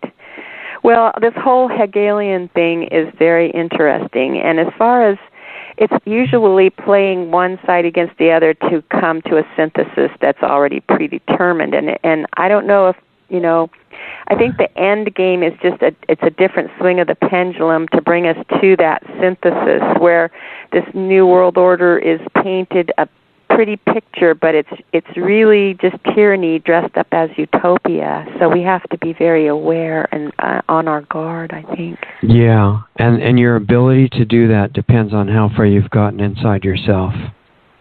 Right. If you're running around on superficial levels of emotion and things you memorized, you're not going to be able to see through things on the outside as well as if you try to see through what's inside you. And then automatically you understand what's outside much better. And I can see why people get scared when they try to look inside, because we got some scary stuff going on in there, but we got to face our fears, and we have to get beyond that. It's just like a kid, what you were saying, you have nightmares when you're a kid, so did I, and our parents had to work us through that to where we realized there really isn't a boogeyman under the bed, Yeah. When I was about 2, I picked up a lot of fear from people around me and started believing that was reality, so it became reality. Right. And we have a lot of power to create our own reality.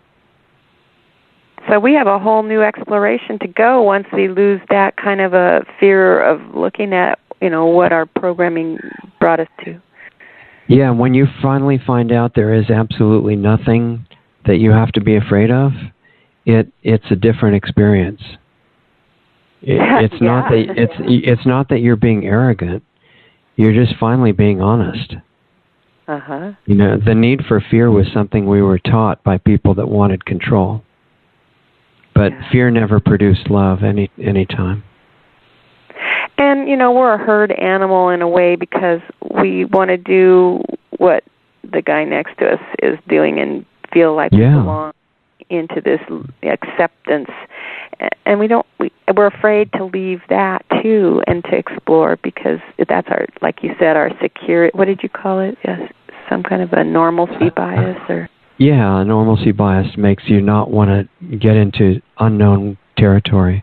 It's like when you're being taught to swim. If people remember that, I know I went through that when I was about 4 or so, and you get. The water just feels funny. It feels like it might take your control away. And you think maybe it could do something bad. And then at some point you have to go in deeper water over your head. And that's really scary. But and initially your tendency is to just fight harder, which makes you sink. But gradually you learn a kind of relaxation that lets you swim effortlessly in the deep water, and you find out you don't have to be afraid of it. It's fine as long as you relax. That's such a cool analogy, because it's true. And I was a sinker. But well, we're sinking every day in life when we try to struggle harder and fight harder and criticize harder and say why other people are wrong harder. And this is like sinking in the deep end. And if you realize the reality that you believe in cannot be threatened, no matter what somebody says, you relax and you can swim. And if you really get freaked out about it, you can do like what they do on the cartoons where, they have this little bubble with an idea in it, and the cartoon character can just take a little pin and pop it, and then it's all gone. So all the big scary guys can disappear. That's actually true. With a popping pin. Yeah, and you don't have. The only way it's a long process of getting to do it is if you believe it's a long process. Ah. So some of us are slower at getting places than others, but as long as we're on the right directional path, we're probably fine. We are fine because there's nowhere else you can go. All of the side trips are temporary. Mm-hmm. You can't go anywhere else ultimately than where you originally came from. It's not possible. But we can have as many side trips as we need until we figure out what's going on. Cool. Well, I'm so glad that you've been bringing out these points. I don't know if there's anybody else waiting to come on, but it's just been a wonderful conversation. I'm very glad that you're bringing this open And well, thank you. I had to be willing to say things that everybody would hate me for. Because it's just too threatening. But the thing is that I'm not telling anybody to agree with anything I say whatsoever. I am not, it might not be clear, but I'm not up here telling people what has to be the right understanding of anything. I'm just doing this as an exercise in free speech, which we absolutely have to have. And that if you completely disagree with it, that's great. It just clarifies what you know for yourself is true. Right. Yeah. Right. And that's all I want, is for everybody to get more in touch with and more believing in themselves and believing in the source they came from and getting connected back to that. And that should take care of the rest. As long as we remember there's a true and a false to everything, and it might look identical on the outside, when in reality on the inside it's completely the opposite. So you just never, you have to be very... Yeah, it's like the idea of whether, science is not settled. Right. It has to take exploration. Yeah, the reality's probably always been settled, but not science, because it hasn't gotten to the end. So as soon as you think it's settled, you're just postponing your exploration and putting it on hold. Right, and just like Star Trek, to go explore the unknown, you have to be really, you have to have enough inkling of that good is going to come up on top of evil to be brave enough to go do that exploration. Yeah, there's a part of us that is completely beyond good. It's just something that words don't touch. And if we feel that in ourselves, down under all the programming that is crazy and wants to criticize and disagree with everybody and tell people what's right and wrong and everything, under that, there's something that we actually are that's really wonderful. And if we get in touch with that, then we know our source is even beyond that. And once we know that, there's just nothing good to be afraid of anymore. It doesn't compare, huh? No, I mean, in a way, the whole educational process that you do with yourself is learning one degree after another of relaxation internally. And that's the opposite of stress. And how brave are you? Can you let what's bothering you now relax? And then what about the thing after that? And it's a lot like real faith in life, because if you have any faith in the goodness of where you came from, you can't be stressed. It's impossible. So if you're stressed, it's a lack of that, real faith, not the memorized kind, but the real kind, like relaxing in the deep water. And that's different than the trying to work your way to heaven, so to speak. I mean, you might have to do that in a lot of cases, but ultimately, everything moves toward this effortless state where what's flowing through you is what made you and what you really are. And that doesn't take effort. It takes learning to stop blocking it, actually. Okay, that's a biggie. So if it's we're always blocking it at some level. So if you can get aware of where you're blocking it now, and really let yourself be fully aware of that, and after that, make the decision to let it go, that you don't need it anymore, then another level of healing power can come into you. And the understanding that comes with it will just amaze you. It's nothing like you thought. So to discover where we're blocked, what do we just ask for that discovery? Yeah, you can. I mean, it's really true. When you ask for something, you have the chance to get it, and so you start to realize you're always asking for something. It never stops. What you put your attention on the emotional side, and what you're wishing for, that you're asking for, that's nonstop prayer is what's really happening. So if you make it constant and you make it conscious, then you start more efficiently going where you want to go. We're really going where we're asking to go right now. Okay. So this flowing, not stagnant like a river, you don't hit the snag of sticks, you just keep busting through them and let it flow through you and in you is the secret to it? Yeah, well, it's like what looks like the sticks on the outside is just a reflection of some kind of inner resistance and tension. And fear. Fear is another one that's a roadblock. And so if you dissolve those inside yourself, the ones on the outside just go away. A lot of those are from real experiences. So say something really traumatic happened to you, and you do recognize that that's where that fear came from, then you just be like the cartoon guy and take a pin and pop it, and it goes away. It's still going to, the physical thing still happens if it needs to, but the reaction, that's the stress on the inside, is different. Okay, so the rest is the reward? The part on the inside is really what you experience. And so if you want to stop experiencing so much trauma, obviously you have to keep living your life and doing the best you can on the outside. But at the same time, most of us are doing things on the inside we're not even aware that we're doing. When we're having certain thoughts and emotions about other people or circumstances or, stuff like that, that's powerful energy that we're directing.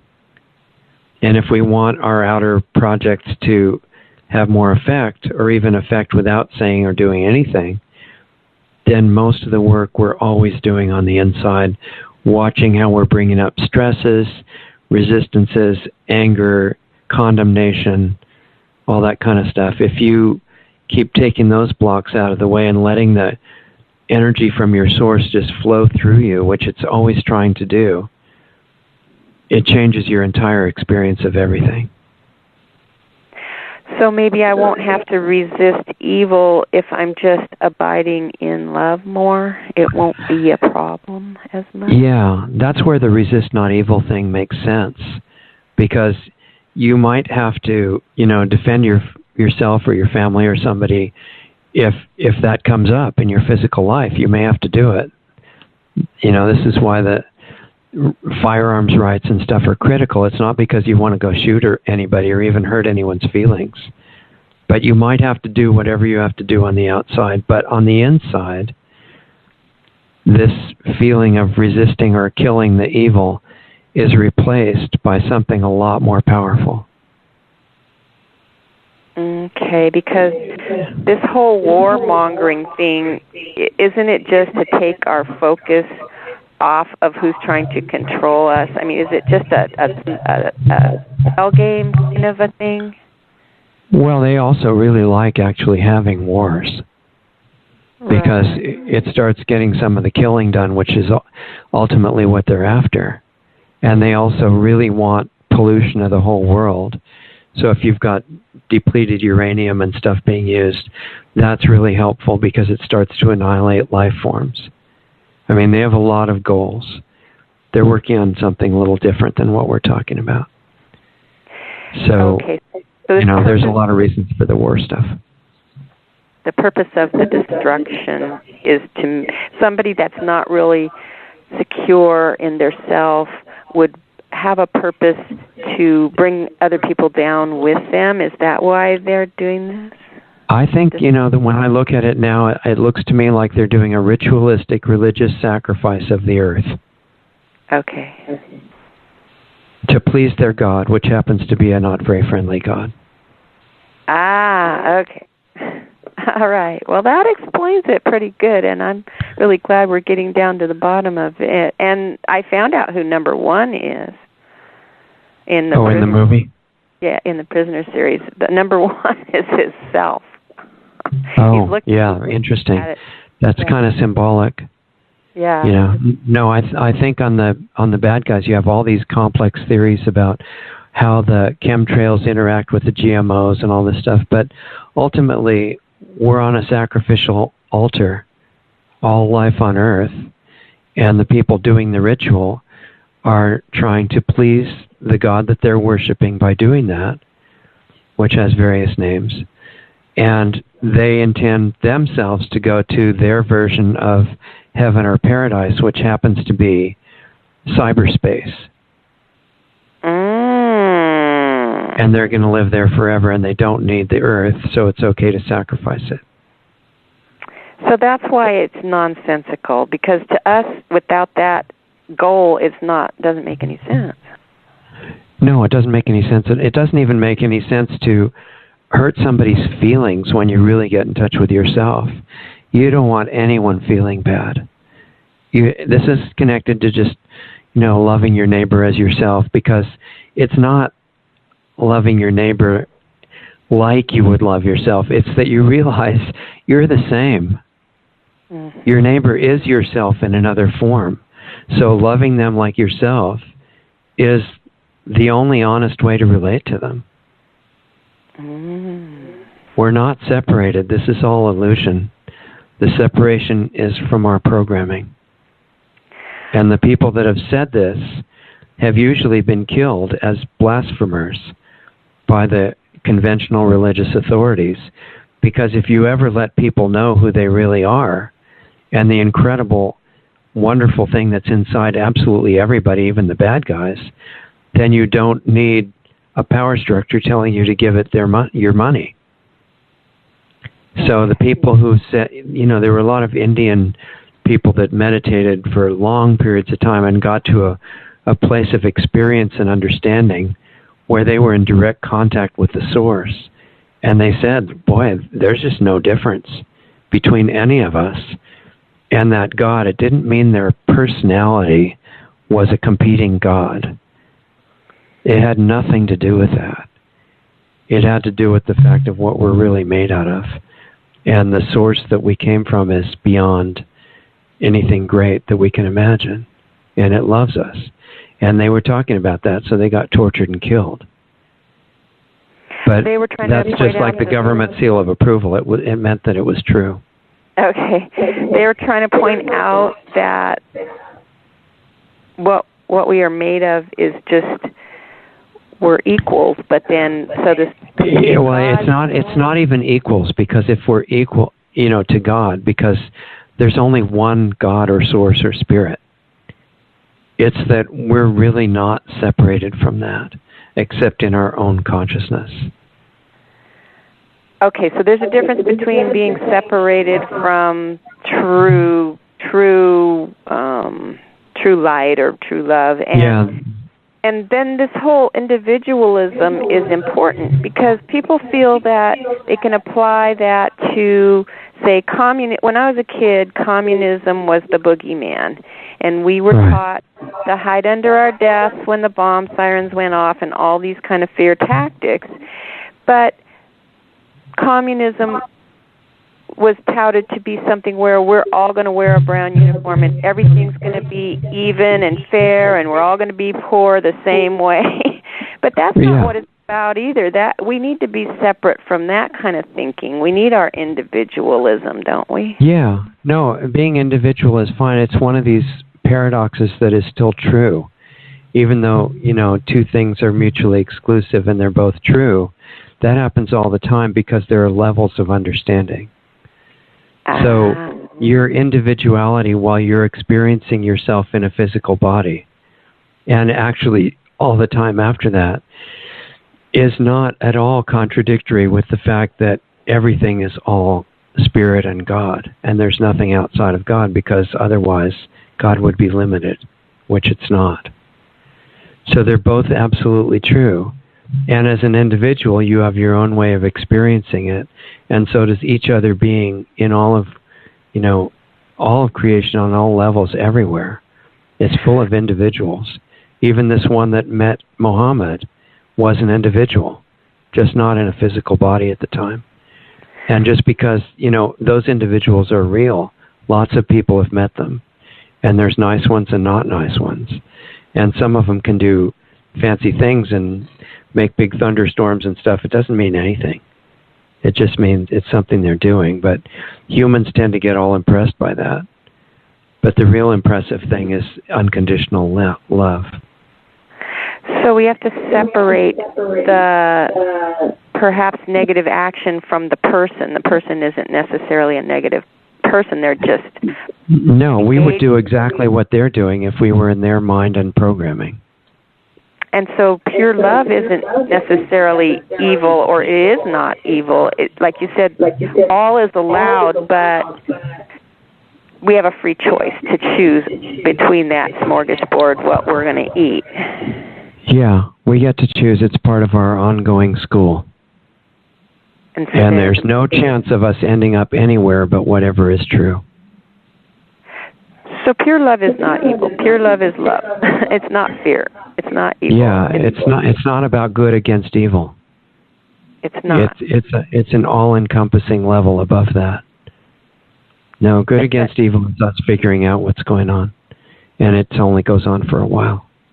Well, it's above that in that it gives us a choice to choose our outcome, right? Yeah, I mean, if you choose love, it's not really good or evil. It's reality, and you have no choice but to have compassion and understanding for everybody. You don't feel like you're against anyone. You're not out to kill the bad people anymore. So if they chose something that you don't agree with, it's okay. You can let them choose that. But what about when it's taking the whole world down with it? I mean, we're still going to... Well, if it enters your sphere, then according to circumstances, if you have to fight against it, that's just part of your life experience. But what you're doing on the inside is up to you. And on that level, you know, that what some people call a commandment to love God or your source with all your heart. That means all of you, and your neighbor is yourself. Everybody's your neighbor. So that consciousness has to be constant, even if you're in a life and death battle on the outside. And that's what one of the Sikh gurus was talking about. Gobind Singh was the last of the 10 Sikh gurus, and he was demonstrating it. He was a soldier, and he was actually cutting people with a sword. And by his actions, he was demonstrating that he completely loved everybody, including the ones he had to cut in pieces. And it's that's an example of what we're talking about. And it doesn't mean you go out and cut everybody in pieces. It means if you have no alternative and you have to defend your family or some children or yourself or something, and it requires physical force, that's not a situation where you can drop your inner focus. That you don't even need it more, right? Yeah, you would need it more. It's more challenged in a situation like that. You can't start hating bad guys without setting yourself back. Okay, so lose the hate and defend the right. Well, you do what you know what you need to do, and what you really want to have happen is not for the bad guys to die or be destroyed, but for them to wake up and become, aware and stop having an interest in destruction. Okay, so we can do work both on the outside and the inside, but usually the inside is where we need to focus because that's going to really get more done faster. You can't drop that ever, because as soon as you drop that, you'll find yourself falling into traps of every kind. And a lot of them are subtle, and you think you're fighting for good or for the right understanding or whatever, and you've just fallen into a big ego thing. So if you keep the focus on the inside, no matter what happens on the outside, you become a lot more powerful, and some of the people around you who are making mistakes and doing bad things are going to spontaneously start to realize it because of what you're doing quietly on the inside. It's very strong. Nobody has to know. And is it contagious? Is good contagious so the bad guys will finally get it? Yeah, it is, because if you were to really see more of the electromagnetic spectrum in the physical world, you would see have you seen what's called Kirlian photography? Yeah. Yeah, and there are energy fields around every living being which means basically everything in existence, since it all came from consciousness. And all of these energy fields are interacting with each other constantly, like the radio frequencies that are flooding the room, even if you don't have a radio turned on. And so those interacting not radio, but the frequencies that come out of life forms, they're all influencing each other. And they're all mostly chaotic with humans, not with plants and things. They're pretty much in harmony. But with humans, they are constantly criticizing and critiquing everybody else, defending that whatever they're doing or thinking is right and everybody else is wrong. And they're just completely scattered, and they have not as much power as if they were to get focused, like with a magnifying glass in the sun's rays. And that's not done by force, it's done by relaxing. And so if you get relaxed inside and stop having to feel that if you don't defend what you think, nobody else is going to get it or something, and you relax and just watch, then that reality that you already knew about is going to go through you and go out into kind of like trails of energy to everybody else everywhere, and they're going to be affected. So even if you disappeared from sight and kept really doing that work, you would be contributing massively to harmony in the world. It's hard to see. I mean, people can say, well, these guys that just pray or meditate all day and all night, they're not doing anything for the world. But it's not really true. It's what we're all doing to some degree. Okay, and we need to be remembering that just because what we think is right and wrong may not be, so we're not necessarily qualified to judge what's wrong and what's right. Well, if you judge a person in the sense of condemning, I'm not saying not to use your judgment, because you have to do that to be aware of what's going on. But if judgment becomes condemnation, and there's certain negative energy that you're sending to somebody else, because that's really you in another form, you're sending it to yourself as you do that. And that takes a long time to learn. It's like karma, or as you sow, so shall you reap. That applies on the more subtle level. So the minute you think badly of anybody, you're sending that to yourself, and it hurts you. That's the secret and the whole key right there then, huh? Well, if you really did that, if any of us really did that, and we'd be sending only the most wonderful love and wishes for everybody to have everything that they need to everyone else all the time. And there'd be this massive flow of uplifting, inspiring, wonderful energy flooding back to us every minute. And we would just go around life like, wanting to laugh because we felt so good. It's better than drugs. And we can open and shut doors to get to that point, right? Yeah, you just decide what you want and realize that your power to get what you want is in relaxing, not in stress. Okay. So we can relax right on into that power and just keep on that well-wishing, and that's our whole job, and not have to worry about that. The physical body reflects it, because you don't really have to heal the physical body. You have to let it heal itself. Even the naturopaths are losing track of this, because they think, well, if you just, put in this herb, it's going to make, instead of a drug, right, it's going to make you get over a disease. But the patient is doing things in their lifestyle that they're so used to they never question. And those are making the foundation of the disease, either what they're eating or what emotion they're harboring all the time. Those things are causing the disease. And all they have to do is stop doing those things. And the body, which has been trying to heal itself from the first day, it's going to be allowed to do it. And that's the physical reflection of the inner level. It doesn't take a complicated way to remake it. It's just allowing the force that already knows how to do it. So when you say relax into it, it means you're putting on these glasses where you can see where you're doing yourself the wrong eating or the wrong harboring of thought. And so well, you're going to find that out if you're willing to.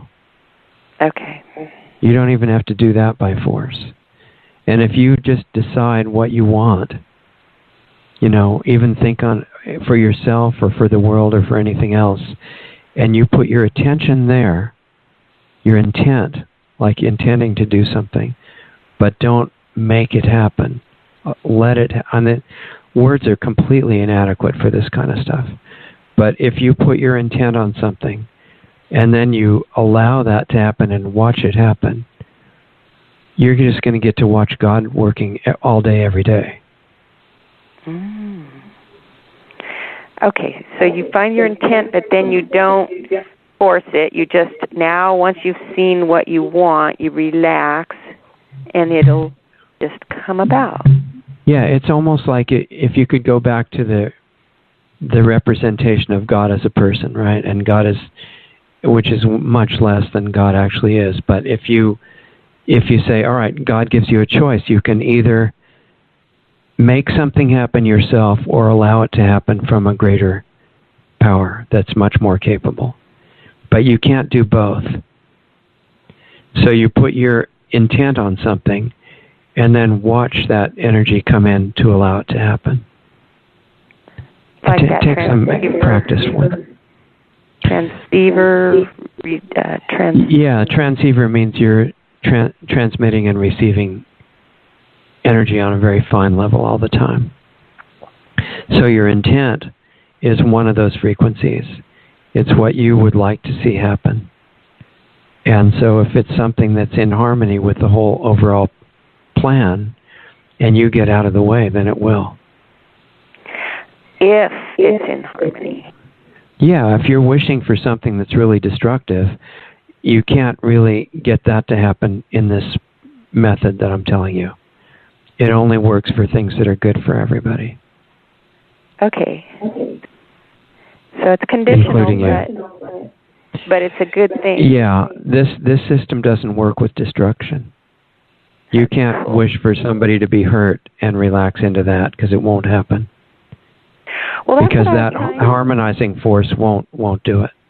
Okay. I was trying to tell that to my friend, because he was saying that this whole community getting together was the whole point of everything. And I said, well, that's already been tried, and it didn't work because the people that were involved in organizing it had evil intent, and it can never work in evil intent. You're talking about an intentional community of people somewhere? Yeah. Okay. They tried it with a little group of people to live in harmony. But if you've got any people in there that have selfish greed as their bottom line, it's not going to work. Yeah, communities are really tricky, because you can have a common denominator of everybody having the same official belief, but what really determines the harmony is how they live every day, And if they are fighting with each other over who's right, you're not going to have a very good time. Right. No matter what the belief is. But if they've got some of the feeling of not getting all hung up on the intellectual argument, but on putting out the energy that they really believe in, then that kind of community can be incredible. But it's very rare that ever happens. Right. Right now. Other ages it might happen more. Right, and that's what we want to be a part of. I mean, we can choose any moment to be on a good plane, rather. You really actually are part of a community right now, no matter, regardless of distance, because anybody that's in harmony with the life that you're living right now and has the same kind of aspirations and intent and is putting out the same energy, you're connected to them in kind of a harmonic relationship, no matter where they are right now. And you can actually get to a point where you're aware of them. Neat. That would be nice. Yeah, it is nice. I don't want to think of myself as being all alone, and I don't feel like I am when I tune into that kind of a the idea of anybody ever being alone is completely false. Okay. You've got incredibly wonderful influences around you all the time, and all you have to do is set your receiver to pick up that frequency, and you're going to know it. Okay. Well, thank you. Yeah, thanks for calling in, and see what happens to us all this week. Hopefully okay, thanks so much for the show. Okay, Dee. Talk to you soon. Okay, bye. Bye. So now it may be time for me to escape because I don't see people waiting at the moment. Really appreciate all of you being here and being patient for me, saying all these politically incorrect things and incorrect in just about every other way. I apologize, but again, it's not, I have no interest in your agreeing with me. I'm just trying to kind of trigger your exploration, especially self-exploration, because I think that's where our main opportunity to change the future that the rulers are racing to bring to us right now is there. In a way, it all comes down to levels of relaxation on a really deep level, because the energy that's flowing through us tends toward harmony. That's the whole basis of holistic health. And it's not just physical. It has to do with planets as well. And if we become conduits of harmony, not of what we want to argue about, but the feeling of it, the emotion always beats out intellectual ideas and controls what people end up doing. So if we want to be conduits of the kind of emotion we'd like to see flood the earth, the only reason we can't do that is if we believe we can't do it. So please, everybody, feel free to completely disagree with anything I might bring up, but get in touch with what's inside you, and you'll make the contribution of that to the world that is probably stronger than people are mostly aware of. That's one of the ulterior motives I'd like to see happen. And take care of yourself, love yourself in the sense of giving yourself every gift that you can possibly do. And it doesn't mean about money necessarily. It just means the kind of feeling you'd like to have from a parent that really understood and supported you and loved you unconditionally, regardless of what stupid things you may have done. So that's a good parent that's going to result in your growing up in the best way that you can, not somebody who's going to be into punishing you. So anyway, have a good week. Join us tomorrow night if you can for Barry Trower. Not Barry Trower. Barry will be back shortly with more question and answers. And that's probably why I did that little slip, is because we're still looking for questions for Barry Trower. Please offer those. And he's coming back probably in about a week or so. But this show tomorrow night is going to be super educational with Dr. Bill Warner. And you're invited to that. You're invited to go to the LostArtsRadio.com website and see all the educational videos. Doug has just done an incredible makeover job on that site. It's beautiful and has all kinds of videos, which I'm trying to help send in constantly. So there's new material there almost, pretty much every week, sometimes every day. And it's things that you might enjoy seeing, as well as all the archives of the shows are there. Quite a few are embedded, so you can just listen to them right away.